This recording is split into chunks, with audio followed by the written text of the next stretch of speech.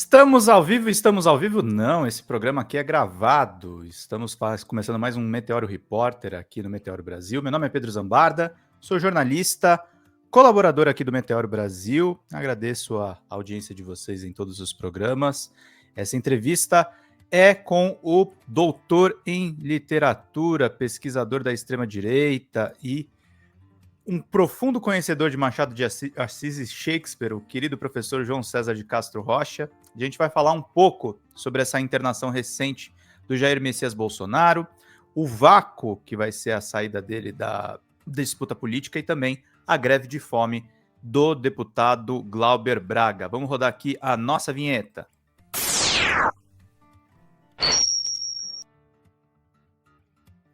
Chamar aqui o queridíssimo professor João César e agradecer ele por esse tempo dedicado a nós. Tudo bom, professor? Como é que o senhor está? Tudo bom, Pedro? Boa tarde, uma alegria falar com você e com a audiência do Meteoro. Eu que agradeço. Professor, começando a nossa conversa, Bolsonaro foi internado agora, uma cirurgia de 12 horas, segue em tratamentos cuidadosos aí na UTI, e a gente viu aquele protesto, as manifestações, né? A de Copacabana, que eu sei que o senhor estava acompanhando ali fisicamente com o meu amigo professor Viaro, e tivemos a da Avenida Paulista. O clima no bolsonarismo, professor, você que monitora de perto, inclusive, você está nos grupos, é um clima meio de enterro, de confusão? Qual é o momento do bolsonarismo agora com o Jair um pouco fora de ação e também a família Bolsonaro se reorganizando? Essa pergunta é muito boa, Pedro. Vamos lá. Você sabe que eu escrevi 2 livros sobre o tema. E começamos, antes mesmo dos livros saírem, nós já conversávamos, não é, Pedro? Sim. Fazíamos análises que, à época, eram totalmente inovadoras. Então, nós fazíamos análises dos conteúdos que eu garimpava nos grupos de Telegram e WhatsApp bolsonaristas, e nós tentávamos entender a gramática bolsonarista, numa época em que as pessoas acreditavam que o bolsonarismo não existia, que era apenas um espasmo que desapareceria sozinho. E nós tentávamos mostrar que não, que havia uma estrutura ideológica, havia um tripé que era composto pela Lei de Segurança Nacional de 1969, que estabelecia que no campo da política não há adversário, só há inimigo a ser eliminado. E se é isto, é preciso uma teoria.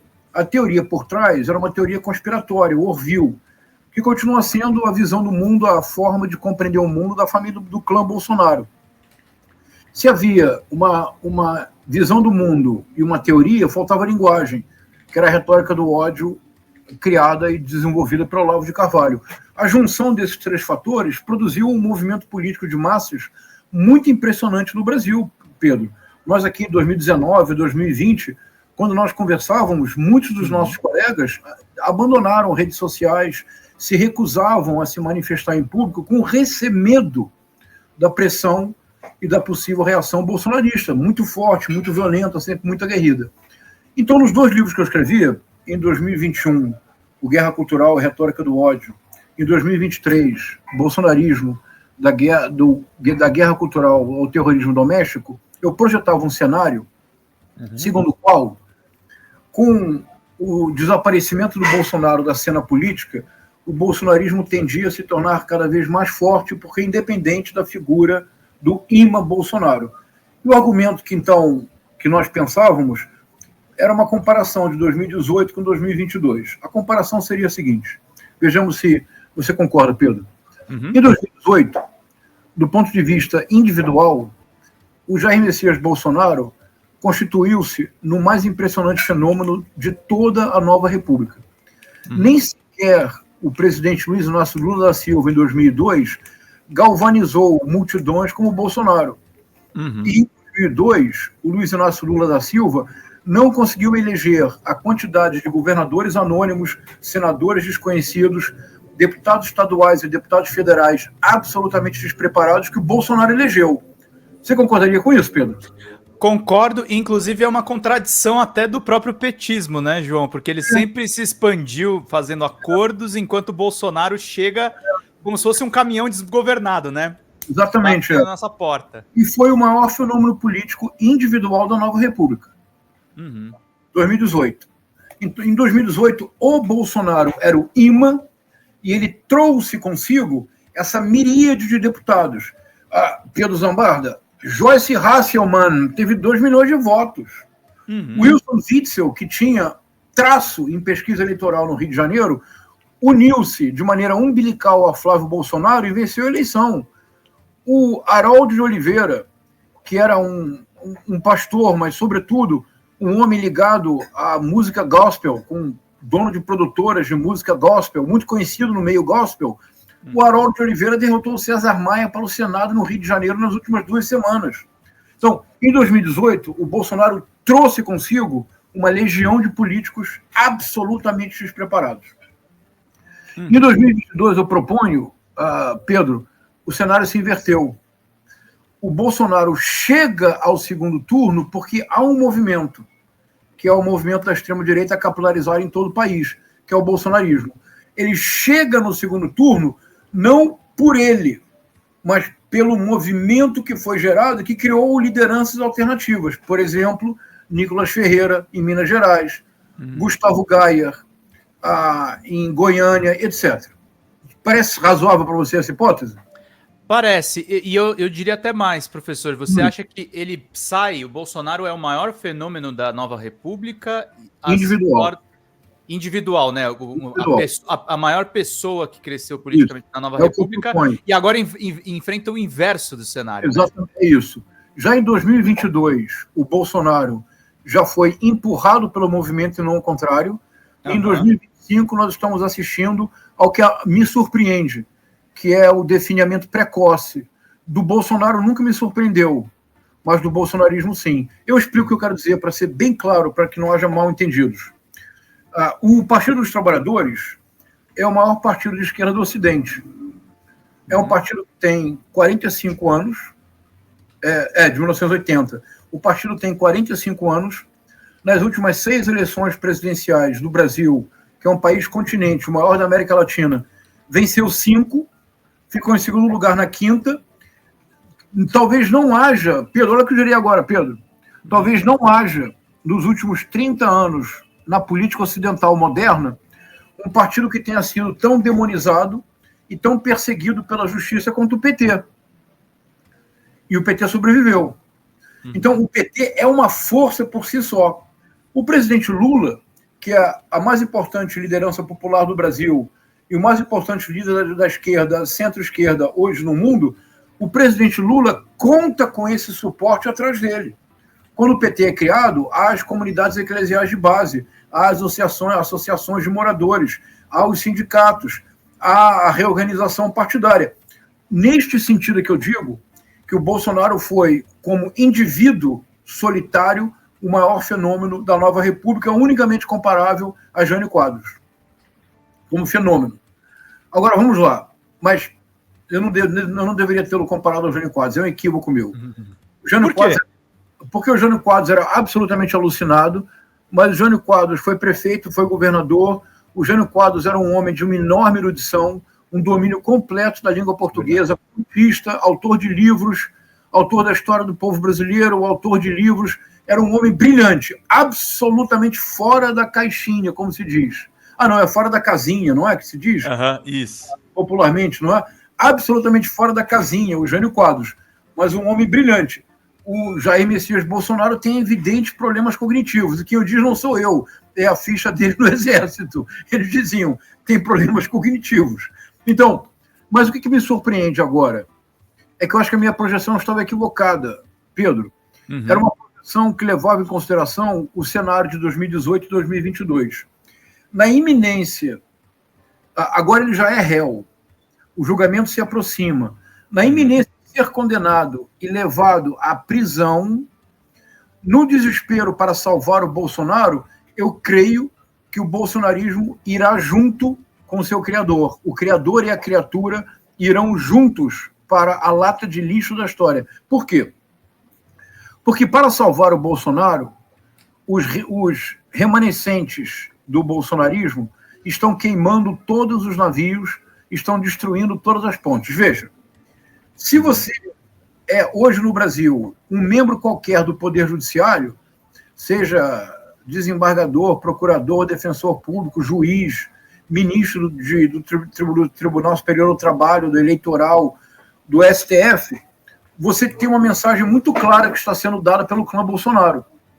Neste instante que nós estamos falando agora, Pedro, há um deputado federal brasileiro com dinheiro dos contribuintes numa potência estrangeira que, por coincidência, é a maior potência do planeta Terra, o maior arsenal militar do planeta Terra, e este deputado federal está tentando obter sanções econômicas para o Estado brasileiro.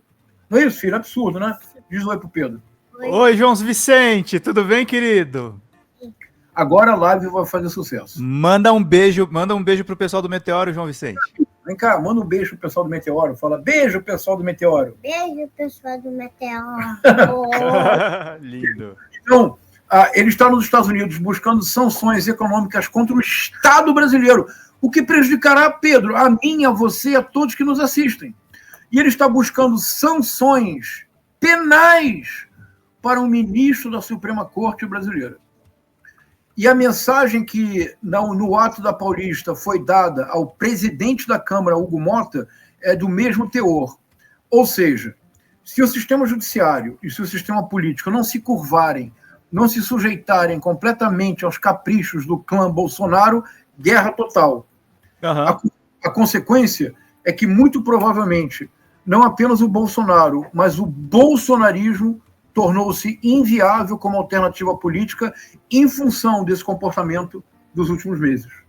Agora, João César, esse momento, né, o momento que o Silas ataca o Hugo Mota, eu tava ao vivo com o Suma no dia, e eu falei para ele o seguinte, eu falei, cara, para mim, o Bolsonaro tá morto e estão lançando o Tarcísio de Freitas nesse momento. E aí eu te pergunto, João, que você está fazendo uma análise macro, você está dizendo que o bolsonarismo vai para o lixo da história. O Tarcísio é o mesmo bicho ou você acha que ele está surfando numa onda para eventualmente trazer outros interesses? Fico feliz que possamos falar disso. Vamos lá. A gente tem que começar a falar seriamente a respeito do Tarcísio. Ele está na capa de toda a mídia corporativa e dialoga com essa galera. Eu sei que depois vamos falar disso. Tem mais ou menos uns 2 meses eu comecei um projeto novo no meu Instagram, agora mais sério, com vídeos praticamente diários. Eu gravei um vídeo sobre a pinochetização, Tarcísio de Freitas e a pinochetização do Brasil. E já estou dedicando uma série de 4 artigos na minha coluna, na plataforma do ICL, para mostrar o que é a pinochetização. Então vamos com muita calma aqui agora. Então vamos lá. O Jair Messias Bolsonaro foi um acidente de percurso para o projeto da elite econômica e militar neste país. Sim. A elite econômica deseja radicalizar o neoliberalismo no Brasil. A elite militar deseja voltar ao poder. O Bolsonaro, repito, foi um acidente de percurso. Lembrei de algo. Livro da Thaís Oyama. Ela continua na Folha de São Paulo, a Thaís Oyama? Não, acho que a Thaís Oyama estava no UOL, deixa eu ver aqui. Bom. Ela tem um livro chamado A Tempestade. Ela está na TV Cultura e no UOL. É um livro chamado A Tempestade, eu recomendo muito. Reconstrói o primeiro ano do governo Bolsonaro. Ela menciona uma cena que é exemplar.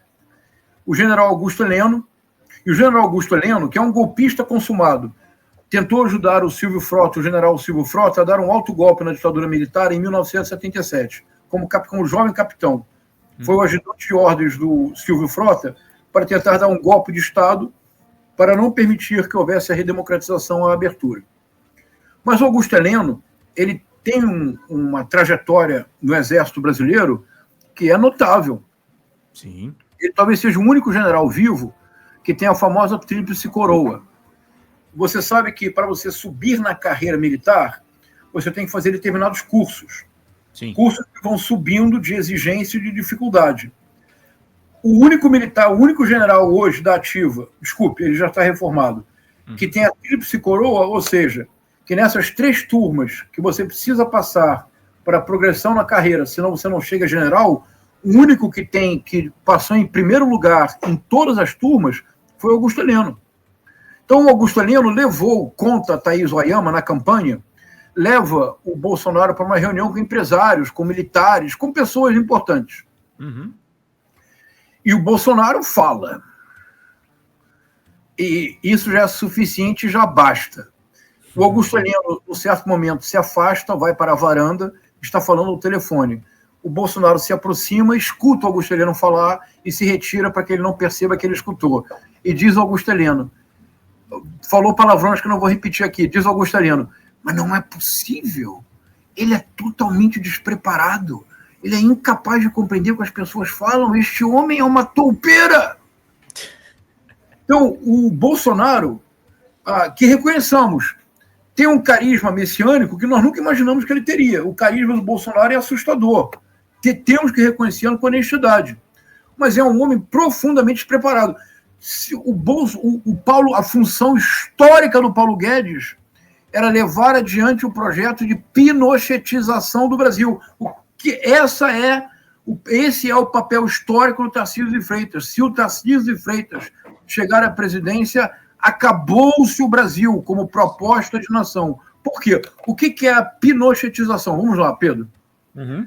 A pinochetização representou, no dia 11 de setembro de 1973, um violento golpe de Estado que levou o general Augusto César Pinochet ao poder no Chile e que levou à morte do Salvador Allende, do presidente Salvador Allende. O que significou pinochetização? Um laboratório mundial de introdução violenta do neoliberalismo. Sim. De que forma? A redução drástica dos direitos do trabalhador. Sim. Supressão, na medida do possível, de todas as funções sociais do Estado. Em lugar da função social do Estado, substitui-se o Estado por uma palavra que para eles é um verdadeiro fetiche quase erótico. Voucherização. Tudo na base do ticket, do descontinho. É isso.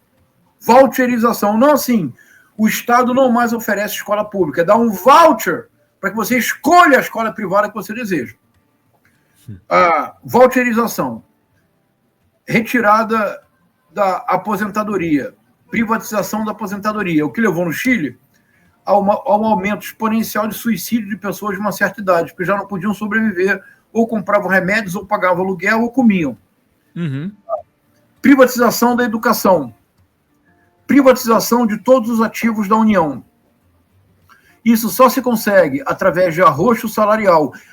Pedro, o Armínio Fraga, há uma semana, disse que a solução é importante no Brasil congelar o salário mínimo por 6 anos. O que me surpreende é a desfaçatez desta gente. A desfaçatez.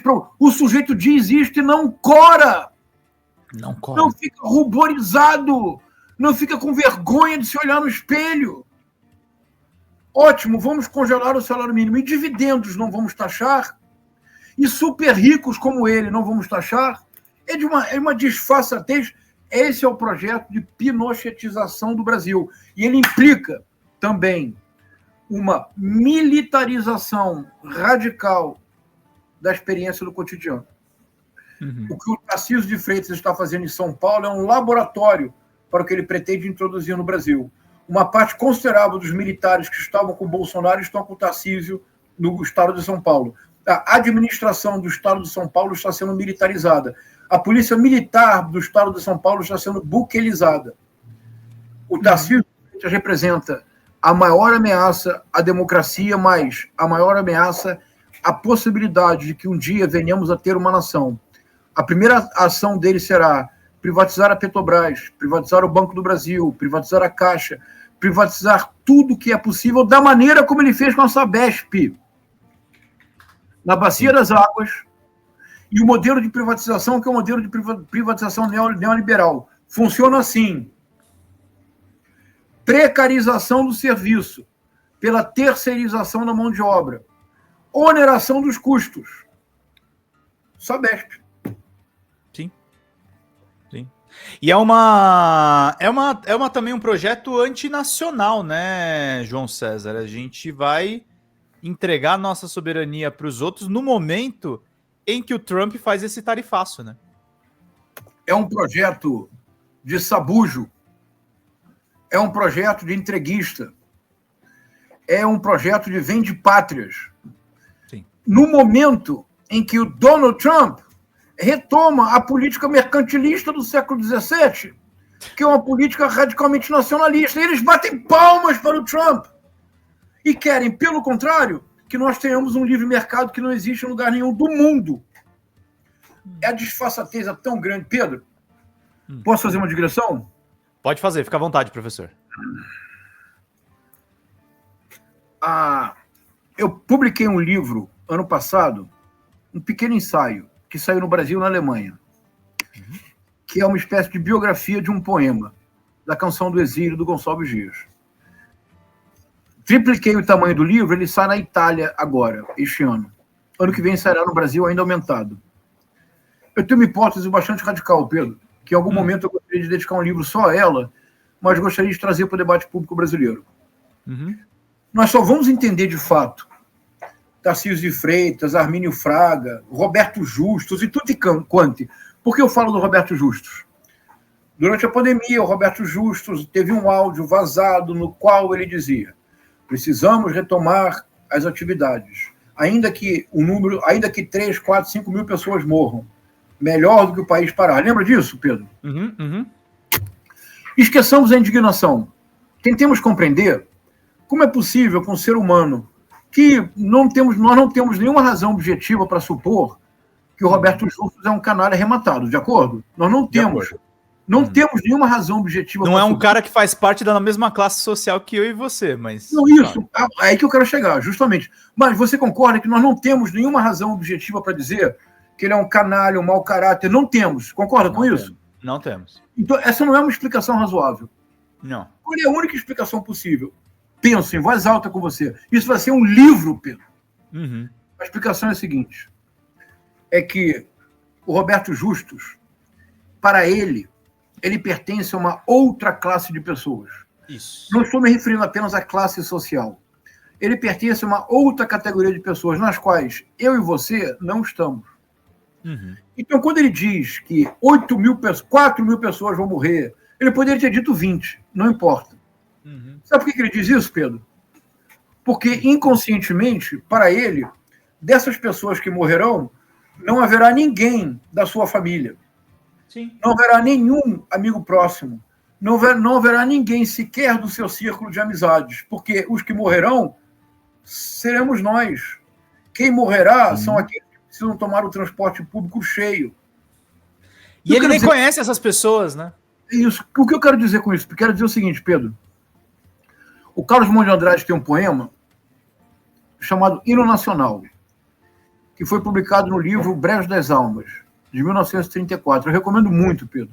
Aliás, nós ainda não fizemos uma live só literária. Um dia vamos conseguir. Um dia eu vou fazer. Vou ver se eu proponho para as meninas aqui. A gente faz aqui de repente. Vamos ver. Um dia vamos fazer.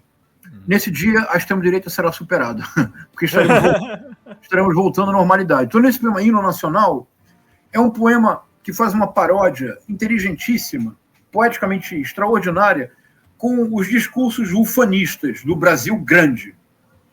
O Rio Amazonas é o maior do mundo, não temos terremoto, não temos vulcão, não temos furacão.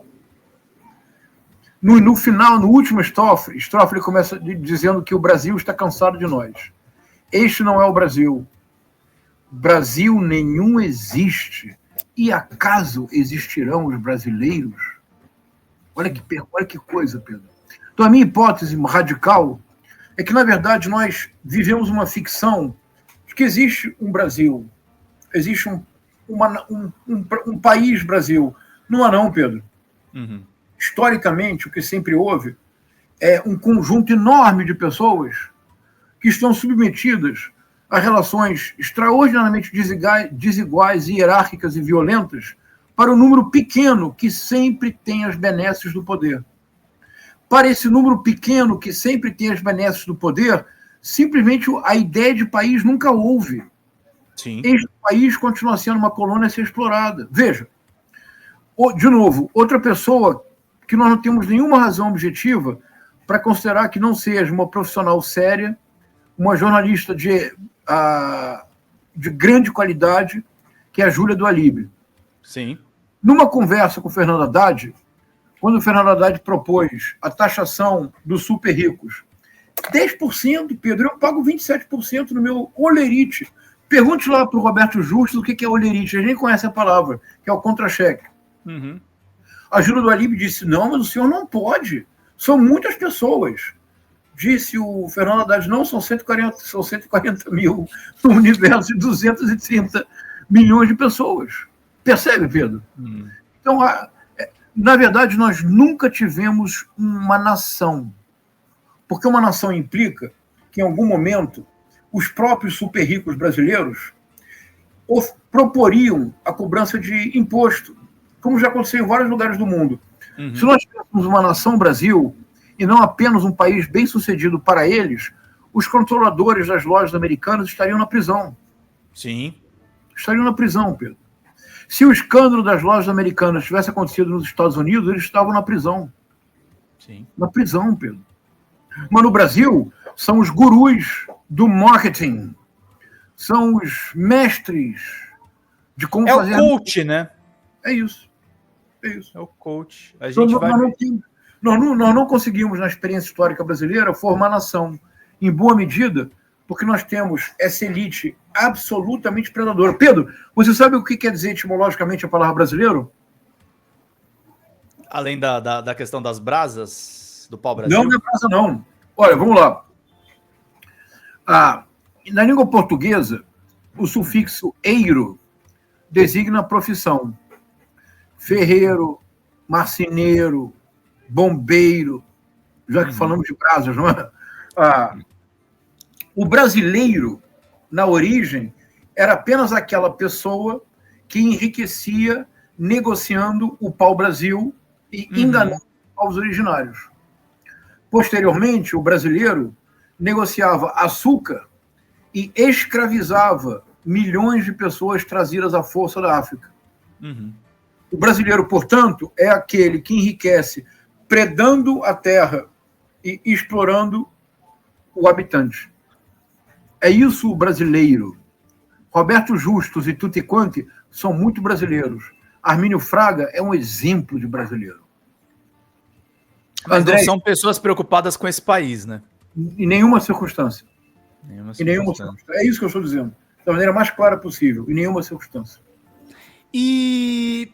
Professor, você falou agora há pouco, eu sei que você falou assim num tom, é uma esperança, mas ao mesmo tempo também tem uma certa brincadeira. Você vê o Brasil voltando para uma normalidade a ponto da gente fazer uma live sobre Machado de Assis?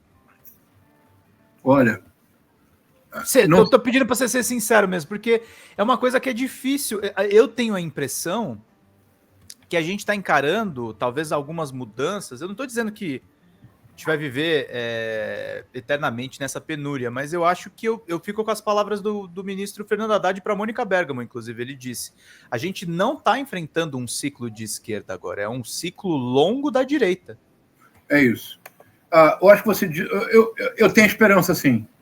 Tanto que eu tenho projetos nesse sentido. Uhum. Eu tenho esperança.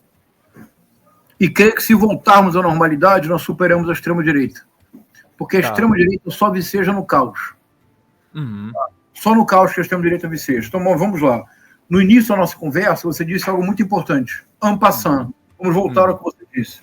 Eu disse assim, olha que irônico. A esquerda chega ao poder e tenta conciliar, fazer acordos macunaímicos. O Bolsonaro enfrentou a todos e chegou ao poder. Uhum.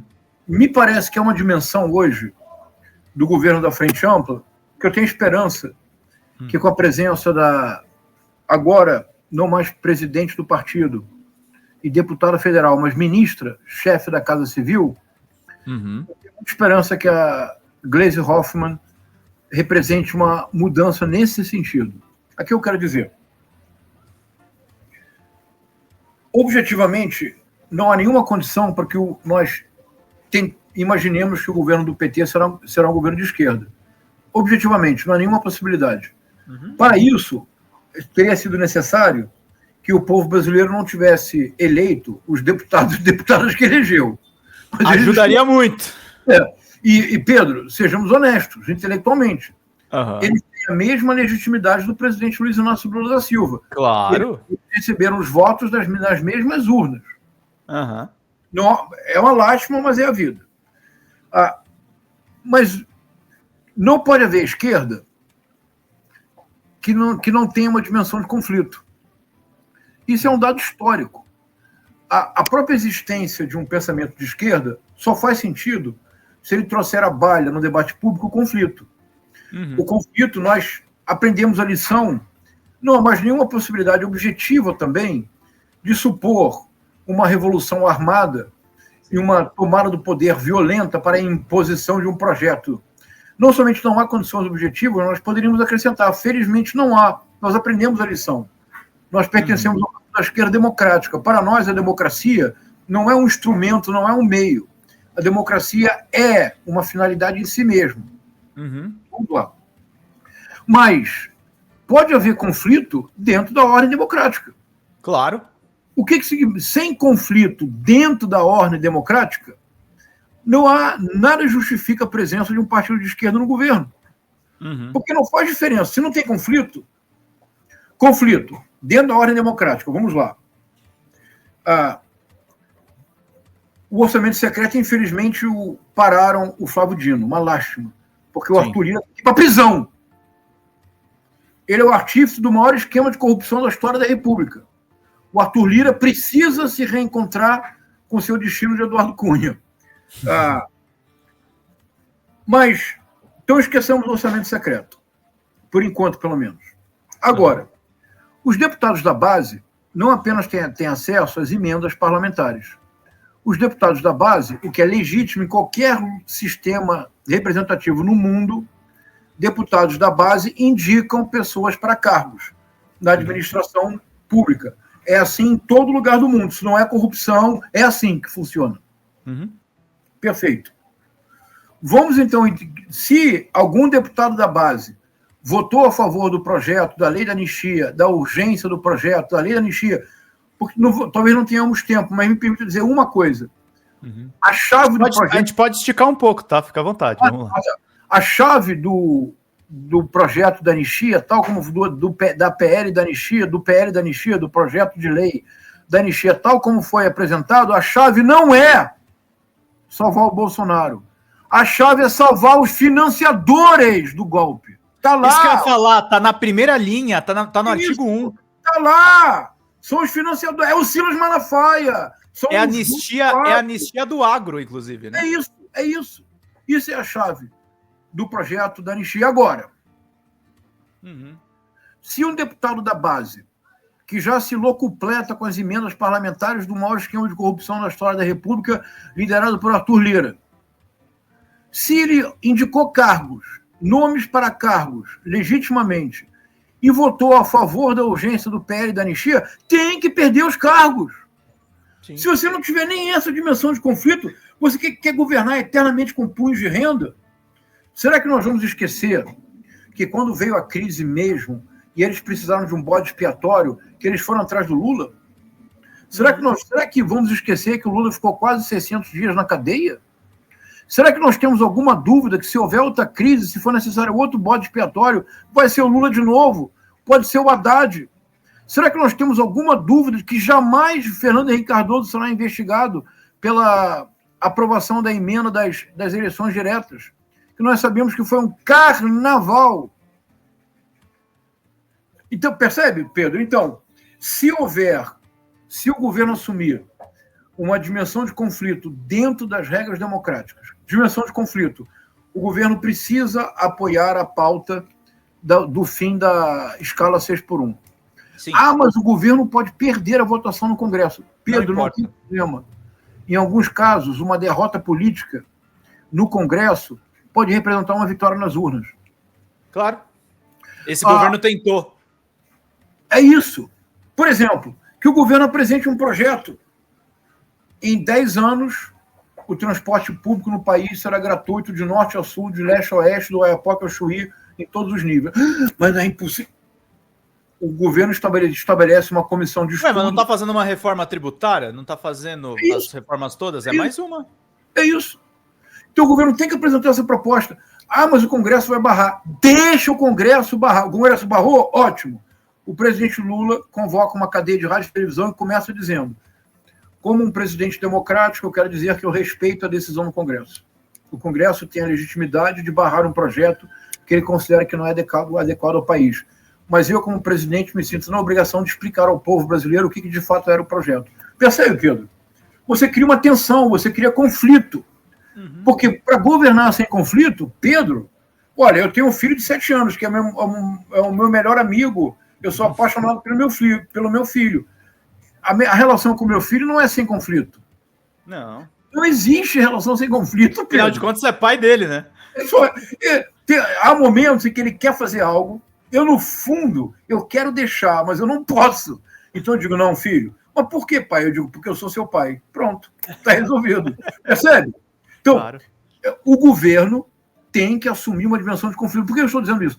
Se o governo assumir essa dimensão do conflito de modo tal que haja um impacto no cotidiano, no dia a dia das pessoas, Pedro, um dia nós falaremos aqui apenas de Machado de Assis e de William Shakespeare, de Clarice Lispector, de Conceição Evaristo e de Maria Carolina de Jesus. Esse dia chegará. Esse dia chegará. Que papo maravilhoso. Agora, nessa toada, João, Glauber Braga perseguido por Arthur Lira, perseguido por Jair Bolsonaro e perseguido por Eduardo Cunha. Tem a ameaça da cassação do seu mandato. Decide fazer uma greve de fome, que se encerrou ontem, da data da nossa entrevista aqui, e em cima de uma negociação envolvendo o Hugo Mota. O que você achou do ato do Glauber, da greve de fome e dessa perseguição a parlamentares da esquerda e do PSOL? Em primeiro lugar, total e restrita solidariedade ao Glauber. Eu gravei um vídeo de apoio ao Glauber, de denúncia à corrupção do Arthur Lira. Não podemos cair na armadilha. O Glauber não foi levado ao Conselho de Ética porque agrediu um rapaz, uma pessoa do MBL. Isso não é verdade. Há outros casos de agressão muito mais sérios feitos dentro da Câmara que nunca tiveram nenhuma consequência. Há um deputado, o delegado da Cunha, em que há vídeos e áudios, ele não apenas agredindo fisicamente, espancando a companheira, mas a ameaçando de morte. A deputada Carla Zambelli saiu armada atrás de um jornalista negro, que já foi até condenado jornalista, ela continuou com o mandato. O Chiquinho Brazão foi agora para a prisão domiciliar, acusado de mandante do assassinato de Marielle Franco. O Conselho de Ética não levou adiante o processo de cassação de nenhum deles. O deputado Glauber Braga está sendo perseguido e pode ser cassado porque teve a coragem de, dentro da regra democrática, exercer o direito do conflito e, sobretudo, de dizer com todas as palavras, diante do Arthur Lira, com grande coragem, que ele manipulava o orçamento secreto, que era malversação de verba, que, para dizê-lo com uma palavra dura, mas necessária, roubou. E o deputado Glauber Braga teve a coragem de ir à Polícia Federal e dar um depoimento valoroso, com indícios bastante concretos, permitindo que a investigação se aprofunde, ao indicar prefeituras em Alagoas. É Alagoas o estado do Arthur Lira, não é isso? Isso. Indicar prefeituras de Alagoas para onde quantias inexplicáveis de orçamento secreto foram enviadas. Inclusive uma prefeitura cujo prefeito já foi preso mais de uma vez por desvio de emenda parlamentar. Então, o deputado Glauber Braga está sendo perseguido pelo deputado federal Arthur Lira como uma vingança, como uma forma de intimidar a esquerda e de deixar claro que qualquer denúncia tão séria quanto a do Glauber Braga pode ter, em qualquer momento, um pretexto qualquer para um processo de cassação. Esta é a mensagem que está sendo dada. O deputado Glauber Braga fez muito bem em não pedir desculpas para Arthur Lira. Houve uma tentativa de negociação em que o pedido de desculpas, teoricamente, serviria para barrar a cassação, não teria servido para nada. O Arthur Lira não teria aceito o pedido de desculpas e o deputado teria sido desmoralizado. O deputado Glauber Braga tomou uma atitude absolutamente legítima e politicamente muito correta, que foi permanecer no plenário da Comissão de Ética e iniciar uma greve de fome, que era uma forma de atrair a atenção do público, porque num momento como este só há uma alternativa. É preciso uma campanha pública de apoio ao deputado federal Glauber Braga e de indignação contra a manipulação política feita pelo deputado federal Arthur Lira e, sobretudo, a sociedade brasileira precisa exigir que a disposição do ministro Flávio Dino não seja em nenhuma circunstância interrompida, isto é, o orçamento secreto exige investigação. E essa investigação fará, repito, com que o Arthur Lira finalmente se reencontre com seu destino. Porque o destino do Arthur Lira é ser Eduardo Cunha.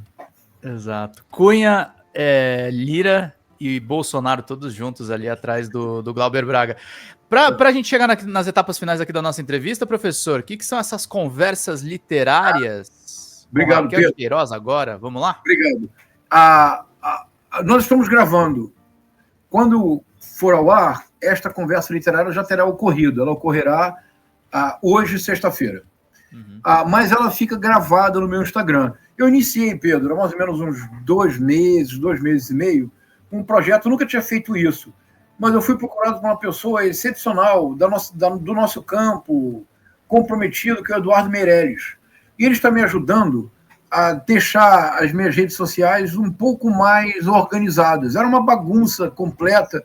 Eu não tenho tempo, não tinha ideia de nada.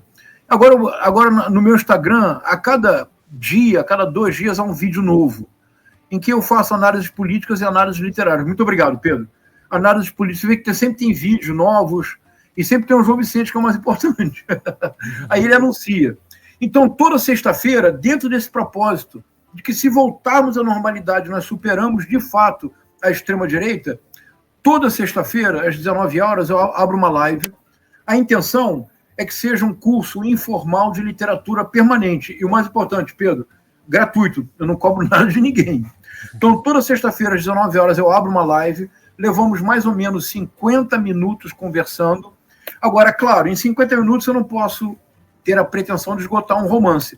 No domingo anterior à sexta-feira, eu e o João Vicente gravamos um vídeo anunciando qual será o texto literário a ser discutido e propondo uma questão. E nós nos dedicamos, na sexta-feira, a discutir esta questão. No caso do 15, Pedro, você sabia que há uma expressão no 15, que é o romance da Raquel de Queiroz, de 1930. Uma grande autora. Grande autora. Aparece no romance umas 10 vezes. A expressão é, escrita com letras maiúsculas, campo de concentração. Aí você diz, nós, o que é isso? Porque nem se conhecia ainda a experiência nazista dos campos de concentração. E se eu lhe disser, Pedro, que é muito similar? Assim, o Ceará teve secas absolutamente terríveis. Uma seca famosa que durou 2 anos, de 1877 e 1879. E uma seca prolongada de 1915. A elite de Fortaleza exigiu que o governo criasse, eles chamavam de ou currais de retirantes ou campos de concentração. Porque era campo... Aqui no Brasil. No Brasil, Pedro. Era um campo cercado por arame farpado, com guardas armados ao redor para que ninguém escapasse do campo. Como que as pessoas eram identificadas? Pelo nome, Pedro? Não. Por números. Nossa. Pedro, dezenas de milhares de pessoas foram reduzidas a campos de concentração. Milhares de pessoas morreram de fome, de doenças. Aconteceu no Brasil, campo de concentração. A expressão está no romance inteiro, campo de concentração, campo de concentração, campo de concentração. E o pior, Pedro, de uma forma naturalizada. Então, o que nós vamos conversar hoje, às 19 horas, ou seja, mas quem vir amanhã, fica salvo no meu Instagram, é só ir lá ver. Nós vamos conversar sobre isto, porque houve um enorme esforço para apagar a memória dos campos de concentração. Ela permanece, em boa medida, porque no 15, a expressão campo de concentração retorna 10 vezes. É bacana, não é? Bom. É uma aula, professor, e que me deixa mais com a certeza que o que é incrível mesmo é o Brasil, né? O Brasil é um país, são vários países dentro de um, né? A gente precisa conhecê-lo muito melhor. Professor, queria agradecer muito a sua presença. Teve alguma pergunta que eu não fiz que você gostaria de acrescentar? Não, foi tudo perfeito. Sempre uma alegria conversar com você. Uma alegria conversar contigo, professor. Bom trabalho aí, bom descanso no final de sexta-feira. Até mais. Tchau, tchau. Tivemos o grande professor João César de Castro Rocha nesse programa essencial para entender o bolsonarismo. Ele que é um dos maiores nomes da pesquisa sobre a extrema-direita no Brasil. E vamos aí de vinheta final.